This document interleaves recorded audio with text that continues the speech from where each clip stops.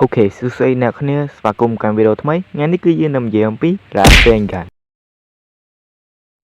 Rasengan គឺជា Jutsu ដ៏សាញ់ iconic មួយនៅក្នុង Naruto franchise ដែលយើងបានឃើញមុខនៅ Jutsu Rasengan មួយនេះពីក្នុង Naruto រហូតដល់ Manga Boruto to Blue Vertex យកតែម្ដងដែលនេះបង្ហាញថាវាគឺជា Jutsu មួយដ៏ល្បីល្បាញខ្លាំងមែនទែនប្រវត្តិមកដល់ពេលនេះអ្នកណាក៏ដឹងដែរថា Rasengan គឺបង្កើតឡើងដោយ Minato Namikaze ដែលជា The Fourth Hokage ឬក៏ជាមេភូមិទី4នៃភូមិកុលហាប៉ុន្តែនៅតែមាន fan មួយចំនួនយល់ច្រឡំថា Rasengan គឺបង្កើតឡើងដោយ Asura Uzutsuki ដែលជាកូនប្រុសរបស់ Hagoromo Uzutsuki ហើយក៏ជាប្អូនប្រុសរបស់ Indra Uzutsuki ផងដែរដែលនៅក្នុងសាច់រឿង Naruto គេបានបង្ហាញថា Naruto និង Hashirama Senju ដែលជា The Fourth Hokage ឬក៏ជាមេភូមិទី1នៃភូមិកុលហាគឺជា reincarnation របស់ Asura ឬក៏ជាកំណើតជាតិថ្មីរបស់ Asura ហើយហេតុផលដែលមាន fan Naruto មួយចំនួនបានគិតថា Rasengan គឺបង្កើតឡើងដោយ Asura នោះគឺដោយសារក្នុងអេពីសូត1នៃ Naruto Shippuden ត្រង់កន្លែងដែល Indra និង Asura វាយគ្នានោះគឺយើងបានឃើញថា Asura គឺបានជួសមួយដែលស្តៀងនឹង Rasengan ខ្លាំងមែនទែនប៉ុន្តែវាគឺមិនមែនជាជួស Rasengan នោះទេវាគឺជាជួសមួយដែលគេហៅថា Ame no Mi Hashira ហើយបើអ្នកនេះឆ្លងថាហេតុបានជា Ame no Mi Hashira គឺមានរូបរាងដូចជា Rasengan នោះគឺខ្ញុំក៏មិនដឹងដែរដោយសារតែគឺមានចម្លើយច្រើនខ្លាំងតែនិយាយអំពីបញ្ហាមួយនេះប៉ុន្តែខ្ញុំនឹងលើកយកនៅចម្លើយមួយដែលបាន canon តែម្ដងមកប្រាប់អ្នកគ្នាគឺ Naruto គឺជាកំណើតជាតិថ្មីឬក៏ជា reincarnation របស់ Asura បែបនេះហើយគឺបានធ្វើឲ្យមាននៅកំណើតការមួយដែលធ្វើឲ្យ Naruto គឺមាននៅ technique ឬក៏ជួសណាមួយដែលស្តៀងគ្នាទៅនឹងជួសឬក៏ជា technique ដែល Asura គឺគាត់ធ្លាប់ប្រើពោលគឺ Ame no Mi Hashira និង Rasengan ហ្នឹងឯងដែលនេះគឺបញ្ជាក់ថា Minato បង្កើតនៅ Rasengan ចេញមកដែលមានរូបរាងដូចជា Ame no Mi Hashira នោះគឺមិនមែនជារឿងចៃដន្យនោះទេឥឡូវយើងមកមើលតើហេតុអីបានជា Minato នៅសុកបានបង្កើតនៅជួស Rasengan មួយឡើងមកអញ្ចឹងនៅពេលមួយ Minato គឺគាត់បានទទួលយកនៅប្រភពឬក៏ជាគំរូអំពី Bechudama ឬក៏ Tebi Ball ដែលជា ultimate technique ដ៏ពិសេសមួយរបស់ Tebi ទាំងអស់ដែលវាគឺជាដំបាល់ពណ៌ខ្មៅមួយដែលមាននៅកម្លាំងខ្ទុះយ៉ាងខ្លាំងអស្ចារ្យខ្លាំងមែនទែនដែលការបង្កើតនៅ Tebi Ball ឬក៏ Bechudama នេះគឺត្រូវការស្រូបយកនៅថាមពល positive chakra និង negative chakra ឬក៏ជា chakra វិជ្ជមាននិង chakra អវិជ្ជមានឬក៏គេអាចហៅបានមួយទៀតថាថាមពលយីនិងយ៉ាងប្រមូលផ្ដុំចូលគ្នាបានបង្កើតទៅជា energy sphere ឬក៏ជាដំបាល់ថាមពលពណ៌ខ្មៅដែលមានកម្លាំងបំផ្លិចបំផ្លាញយ៉ាងខ្លាំងមួយគ្រាប់នេះនឹងឯងហើយមិនមែនតែ Tebi នោះទេដែលប្រើនៅ Tebi Ball ឬក៏ Bechudama នេះបានគឺសូម្បីតែជូរគារបស់ពួកគេក៏អាចប្រើនៅ Tebi Ball នេះបានផងដែរតពីពួកគេបាន grand form រួចហើយឧទាហរណ៍ Naruto នៅក្នុងទម្រង់ជា tail របស់គាត់ដែលអំណាចដ៏ខ្លាំងរបស់ Tebi Ball ឬក៏ Bechudama នេះហើយបានធ្វើឲ្យ Minato គាត់មានបំណងមួយគឺចង់បង្កើតនៅជួសណាមួយដែលមានលើកម្លាំងផ្ទុះខ្លាំងដូចជា Bechudama នោះឯងហើយក្រោយពេលចំណាយពេល3ឆ្នាំជាង Minato គាត់បានសម្រេចនៅជួសមួយដែលមាននៅរូបរាងជាដំបាល់ពណ៌ខៀវឬក៏ជា energy sphere ពណ៌ខៀវមួយដែលមាននៅកម្លាំងផ្ទុះខ្លាំងមិនចាញ់នឹង Bechudama នោះទេហើយ Minato ក៏បានដាក់ឈ្មោះឲ្យនៅជួសថ្មីរបស់គាត់មួយនេះថាជាជួស Rasengan ហើយចាប់ពីពេលនោះមក Rasengan បានក្លាយជាជួសមួយដែលលេចមុខមកគ្រប់ពេលវេលានៅក្នុងសង្គ្រាមដែល Minato គាត់បានចូលរួមទាំងអស់តែម្ដង Rasengan គឺមានចំណុចពិសេសមួយដែលខុសពីជួសផ្សេងៗទៀតគឺមិនចាំបាច់ប្រើនៅ Henshin នោះទេ Henshin នឹងគឺជាអ្វី Henshin នឹងគឺជាសញ្ញាដៃមួយដែល Shinobi ទាំងអស់គឺត្រូវតែធ្វើជាចាំបាច់តែនោះដើម្បីបញ្ចេញនៅជួសដែលពួកគេចង់ប្រើឧទាហរណ៍ Chidori Fireball Water Dragon ឬក៏ជា Earth Sword អីជាដើមហើយជួសនីមួយៗគឺមានការបញ្ចេញនៅ Henshin ខុសៗគ្នាផងដែរតើ Minato បង្កើតនៅ Rasengan បានដោយយ៉ាងម៉េចទៅការបង្កើតនៅ Rasengan គឺមាននៅ3ដំណាក់កាលទី1ការបំពេញគឺត្រូវការវេកយកនៅ chakra មកបំពេញនៅលើដៃរបស់ខ្លួនទី2ការបង្វិលនៅ chakra នៅលើបាតដៃរបស់ខ្លួនទៅគ្រប់ទិសទីក្នុងពេលតែមួយចំណែកទី3គឺការបញ្ចូលនៅការបំពេញនិងការបង្វិលឲ្យល្អក្នុងពេលតែមួយដែលនេះហើយគឺជាដំណើរការនៃការបង្កើតឡើងនៅជួស Rasengan ហើយជួស Rasengan មួយនេះគឺជាជួសសម្រាប់ថ្នាក់ Rank A ហើយដើម្បីអ្នកគ្នាដឹងថា Rank A នេះក៏វាខ្លាំងប៉ុណ្ណាខ្ញុំនឹងប្រាប់អ្នកគ្នាអំពីថ្នាក់ឬក៏ Rank ដែលគេយកមកកំណត់ថាជួសមួយណាខ្លាំងឬក៏សោយនៅក្នុង Naruto franchise Rank ទាំងអស់គឺមានចំនួន6 Rank មានចាប់ពី Rank E Rank D Rank C Rank B Rank A និង Rank S Rank E គឺជា Rank ដែលអន់ជាងបំផុតហើយសម្រាប់ជួសដែលស្ថិតក្នុង Rank E នេះគឺជាជួសដែលគេប្រើសម្រាប់តែមកបរៀនសិស្សនៅក្នុង Academy តែប៉ុណ្ណោះដែលមានជួសដូចជា Transformation Technique និង Basic Clone Technique ហើយសម្រាប់ Shinobi ដែលមាននៅបទពិសោធន៍ Kung Fu នោះគាត់គិតថាជាជួសធម្មតា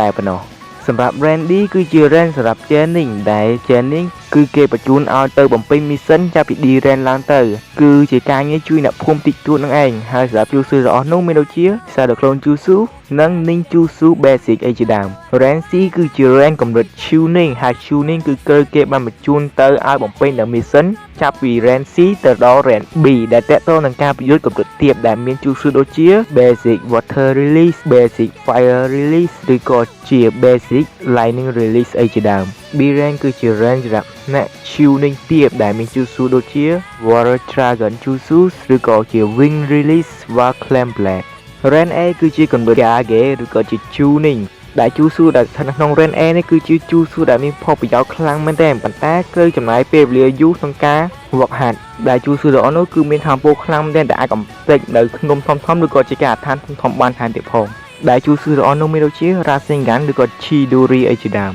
Ren S គឺជាកម្រិត Jutsu ដែលកម្រនិងខ្លាំងមែនទែនដែល Jutsu របស់នោះគឺមានថាមពលខ្លាំងមែនទែនដែលអាចកំទេចនៅក្នុងធំឬក៏អាចបញ្ចប់នៅសមរភូមិបានភ្លាមតែម្ដងដែល Jutsu របស់នោះមានដូចជា Rasen Shuriken Chipaku Tensei Amaterasu ហើយមាននៅ Jutsu ហាមឃាត់ជាច្រើនទៀតដូចជា Reanimation Jutsu ឬក៏ Indo Tensei Repedencia ឬក៏ជា Infinite Tsukuyomi អីជាដើមហើយយ៉ាងអស់នេះគឺជាកម្រិតដែលគេយកមក compare នៅ Jutsu មួយណាខ្លាំងឬក៏សោយនៅក្នុង Naruto series បន្ទាប់ពីដឹងអំពីកម្រិតទាំងអស់នេះហើយអ្នកនេះក៏ជាដឹងហើយថា Rasengan គឺវាខ្លាំងប៉ុណ្ណាការវិវត្ត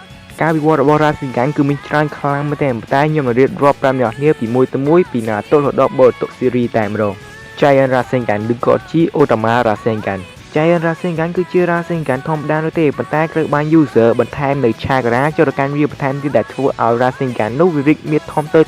ហូតដល់ហើយទៅជាដុំបាដែលមាននៅទំហំយ៉ាងធំមួយដូចនេះហើយទើបគេហៅថា Giant Rasengan ដែល Giant Rasengan នេះគឺមាននៅកម្លាំងបំផ្លិចបំផ្លាញធំខ្លាំងមែនទែនSage Arc Rasengan គឺជា Rasengan ធម្មតានោះទេប៉ុន្តែវាត្រូវបានបូកបញ្ចូលនៅថាមពល Senjutsu ទៅកាន់វាបន្ថែមទៀតបែបនេះហើយទើបធ្វើឲ្យវានឹងមានថាមពលខ្លាំងជាង Rasengan ធម្មតាដែលនៅក្នុងសង្គ្រាម Shinobi World ទី4គឺ Sage Arc Rasengan អាចធ្វើឲ្យ Obito នៅក្នុងទម្រង់ជា Tensei Jinchuriki របួសបានហើយមានប្រភេទ Rasengan ច្រើនទៀតដូចជា Bechudama Rasengan Vermilion Rasengan Sage Arc Big Ball Rasengan Planetary Rasengan Thebis Rasengan Sage Arc Smascan Release Rasengan Sage Arc Marie Ultra Big Balls Swirling Series Sphere អីជាដើមទាំងអស់នេះគឺជា Rasengan ដែលនៅក្នុងសម័យកាល Naruto ឥឡូវនេះយើងមកដល់សម័យកាល Boruto វិញម្ដងថានឹងមាន Rasengan ដែលវិវត្តអ្វីខ្លះVanishing Rasengan គឺជា Rasengan ទំហំតូចដែល Boruto បង្កើតឡើងលើកដំបូងដែលរួមបញ្ចូលជាមួយនឹង Lightning Release ដែលធ្វើឲ្យវាអាចបបាំងកាយបាន Compression Rasengan គឺជា Rasengan ដែល Boruto បង្កើតឡើងដោយខ្លួនឯងដែលបង្ខំនៅ chakra ទាំងអស់ចូលទៅក្នុងចំណុចតូចមួយហើយក្រាស់ដោយប្រើនៅដៃទាំងពីរបែបនេះហើយធ្វើឲ្យវាមានកម្លាំងខ្លាំងជាង Rasengan ធម្មតាសូម្បីដែល defense ខ្លាំងក៏វាអាច lock out បានផងដែរដូចជា Deepa Carbon Armor ប៉ុន្តែវាក៏មាននៅគ្រោះថ្នាក់ផងដែរដោយ Kakashi គឺបានបង្រាមមិនឲ្យ Boruto ប្រើវាញឹកញាប់នោះទេព្រោះវាអាចនឹងកំទេចនៅដៃទាំងសងខាងរបស់ Boruto បាន Super High Compression Rasengan វាគឺជា Compression Rasengan ដែលបានអាចប្រែថ្មីដោយ Boruto គាត់បានបញ្ចូលនៅថាមពល Senjutsu Chakra របស់ Mitsuki ជាមួយនឹង Periscope Force របស់ Sarada ដែលធ្វើឲ្យ Super High Compression Rasengan គឺអាចកំលុះឬក៏ lock out នៅ defense ដែលមិនអាចទៅរួចថាអាច lock out បានថែមទៀតផង Rasengan Unison គឺជាការសហការគ្នារបស់ Boruto ជាមួយនឹង Kawaki ដែលប្រើនៅ Kama របស់ពួកគេទាំងពីរនាក់ដើម្បីបង្កើតនៅទំហំរបស់ Rasengan ឲ្យធំជាងមុននិងខ្លាំងជាងមុន Rasengan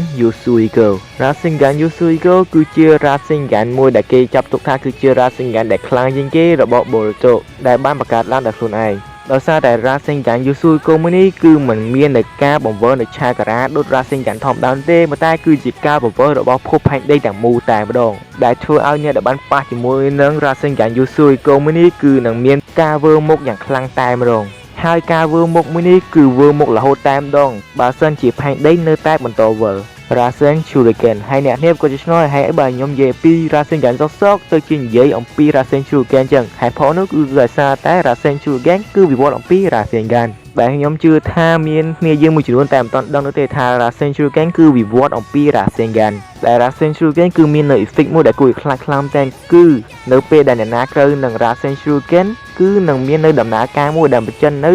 Tiny Wing Blades ដែលវាគឺមានទូទីក្នុងការទៅបំផ្លាញនៅ Chakra Network គឺទៅដកកោសិកាយកតែម្ដងហើយបើអ្នកគ្នាឆ្ងល់ថា Chakra Network នឹងគឺជាអីគេ Chakra Network នឹងវាគឺជាប្រព័ន្ធមួយដែលអនុញ្ញាតឲ្យ Shinobi ទាំងអស់ទាញយកនៅ Chakra ដើម្បីមកប្រើប្រាស់បានហើយបើមិនមាននៅ Chakra Network នោះទេ Shinobi គឺមិនអាចប្រើនៅ Jutsu អ្វីបានទាំងអស់តែម្ដងដែលអ្នកនេះអាចមើលនៅសភាពរបស់ Kagezu ដែលបន្ទាប់ពីទៅនឹង Rasen Shuriken បានគឺដេកស្បាមិនអាចលើកដួលតែម្ដងហើយ Rasen Shuriken ក៏មានការវិវត្តច្រើនផងដែរដូចជា Sage Arc Rasen Shuriken Lava Release Rasen Shuriken Sage Pass Ultra Big Ball Rasen Shuriken Super T-Beast Rasen Shuriken